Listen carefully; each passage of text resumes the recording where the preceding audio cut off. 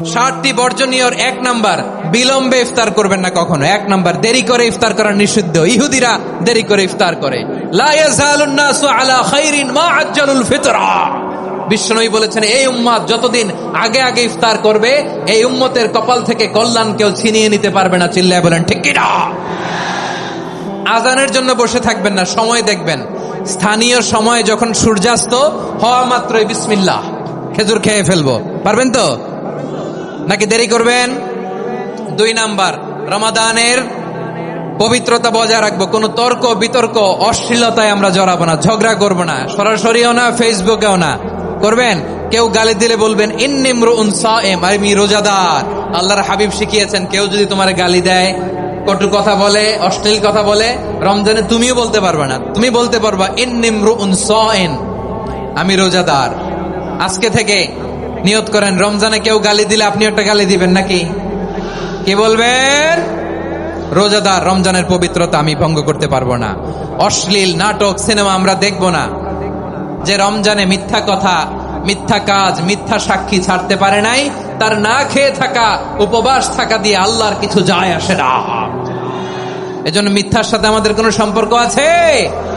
মিথ্যা বলবো না। 4 নাম্বার, অপচয় করব না। ইন্নাল মুবাযযিরিনা কানু ইখওয়ানা শায়াতিন ওয়া কানা শাইতানু লিরাব্বিহি কাফুরা। অপচয়কারী শয়তানের ভাই। আচ্ছা, যে শয়তানের ভাই ও নিজেও আরেকটা কি? শয়তান। যে শয়তানের ভাই ও নিজেও আরেকটা কি? অপচয় করব না। ইফতারি করতে যে আমরা অনেকে অপচয় করি, এগুলো করবেন আপনারা না। অপচয় অপব্যয় করব না। 5 নাম্বারে, রিয়া, লোক দেখানো ইবাদত আমরা করব না। লোক দেখানোর জন্য নামাজ, রোজা, জিকির, তেলাওয়াত, দান, সদকা এগুলো করলে আল্লাহর দরবারে এগুলো কবুল হবে। বিশ্বনবী বলেন, দাজ্জালের ফিতনার চেয়ে একটা বড় ফিতনার ভয় আমি করি। সেটা কি? আর রিয়া, শো অফ মেন্টালিটি, লোক দেখানো মানসিকতা। এটা থেকে আমরা বিরত থাকবো ইনশাআল্লাহ। 6 নাম্বার, অনেক গুরুত্বপূর্ণ। ব্যবসায়ী ভাইয়েরা, ব্যবসা করেন কারা কারা? হাত তুলে দেখান তো আমারে। মাশাআল্লাহ, হাত নামান। ব্যবসায়ী ভাইয়েরা, অনেক অসাধু ব্যবসায়ী আছে, রমজান আসলে নিত্য প্রয়োজনীয় পণ্যের মূল্য বৃদ্ধি করে দেয়।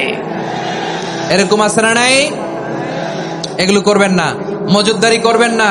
পণ্যের কৃত্রিম সংকট বাজারে করবেন না। আপনি লাখ টাকা কামায়া ভাবছেন যে রোজাদারদের কষ্ট দিয়ে ধনী হবেন। এমন রোগ আল্লাহ আপনারে দিবে, কোটি টাকা দিয়েও আপনি হাসপাতালের বিল পরিশোধ করার ক্ষমতা আপনার হবে না। খবরদার। শেষ বয়সে দেখবেন কি কষ্ট আপনার হয়। আপনি রোজাদারদের কষ্ট দিচ্ছেন, আল্লাহ আপনার সুখে রাখবে? আল্লাহর দোহাই লাগে, আমার ব্যবসায়ী ভাইয়েরা এটা করবেন না। আরব বিশ্বে আমরা দেখেছি, আরব বিশ্বের ব্যবসায়ীরা সারা বছরে ব্যবসা করে, রমজানে ভর্তুকি দেয়। আর আমার দেশের কিছু অসাধু ব্যবসায়ী রমজানে গলাকাটা ব্যবসা করে আর সারা বছর সইটার উপর দিয়ে চলে। চিল্লায় বলেন ঠিক কিনা? করবেন না, এটা করবেন না। নিত্য প্রয়োজনীয় পণ্যের মূল্য বৃদ্ধি করা হারাম, পণ্যের কৃত্রিম সংকট তৈরি করা হারাম, মজুদদারি করা হারাম, রোজাদারদেরকে কষ্ট দেয়া হারাম। এটা করবেন না।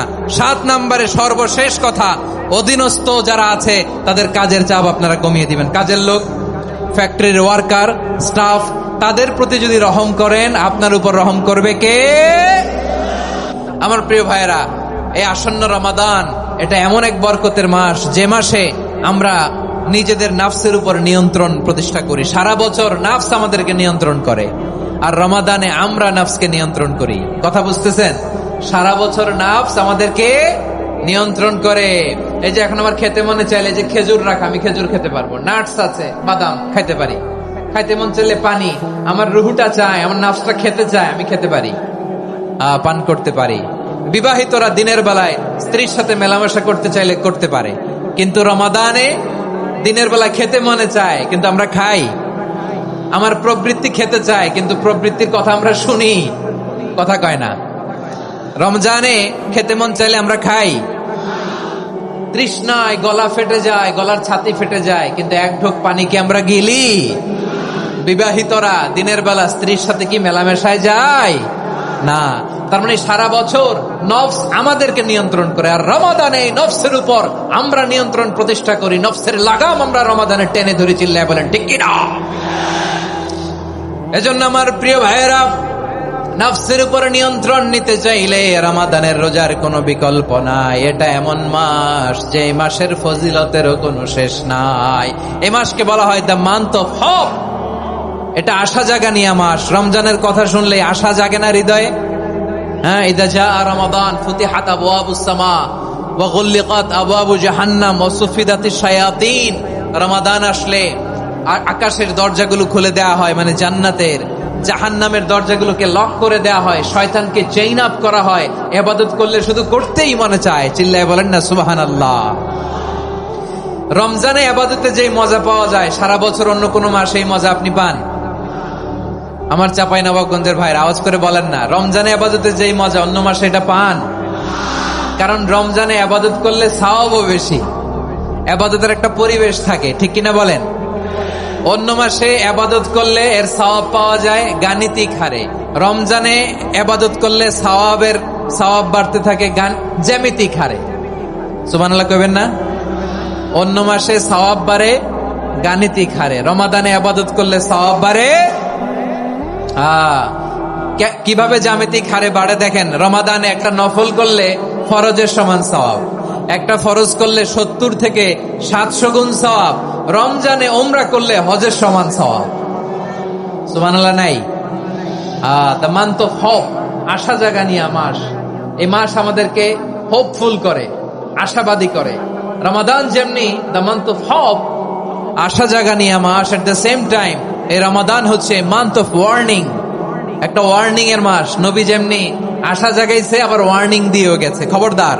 ওয়ার্নিংটা কেমন? আল্লাহর হাবিব সাল্লাল্লাহু আলাইহি ওয়াসাল্লাম মসজিদে নববীর ভেতরে হঠাৎ তিনি মসজিদে নববীর মিম্বারে পা রেখে বললেন আমিন। দ্বিতীয় ধাপে পা রেখে বললেন আমিন, তৃতীয় ধাপে পা রেখে বললেন আমিন। সাহাবারা অবাক হয়ে বললেন ইয়া রাসূলুল্লাহ, ইয়া হাবিবাল্লাহ, 3 বার শুধু আমিন আমিন পড়লেন, কেন পড়লেন আমরা কিছু জানি না, আমাদেরকে জানিয়ে দেন কেন আপনি 3 বার আমিন বললেন।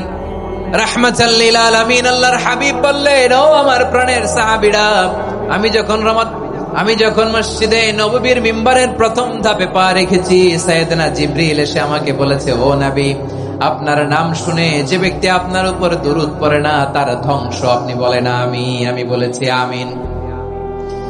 দ্বিতীয় ধাপে পা রাখার পর সাইয়েদনা জিবরিল বললেন, ইয়া রাসূলুল্লাহ, মাতা পিতাকে বার্ধক্য অবস্থায় পেয়ে তাদের সেবা করে, তাদের সাথে সদাচরণ করে যে সন্তান জান্নাত কামাতে পারলো না তার জন্য ধ্বংস। আপনি বলেন আমিন। আমি বলেছি আমিন। আবার মিম্বারের তৃতীয় ধাপে ঠিক যখনই আমি পা রাখলাম, সাইয়েদনা জিবরাইল বললেন, নবী, রমজান মাস পাওয়ার পরে এই মাসে ইবাদত করে যে ব্যক্তি নিজের গুনাহ মাফ করাতে পারলো না তার জন্য ধ্বংস। আপনি আওয়াজ করে পড়েন আমিন। কত বড় ধমক, কত বড় ওয়ার্নিং দেখছেন। যে রমাদান পেয়েছে কিন্তু রমাদানের ইবাদত করার মধ্য দিয়ে সে নিজেকে জাহান্নাম থেকে মুক্ত বানাতে পারলো না, তার উপর আল্লাহ লানত, তার জন্য ধ্বংস।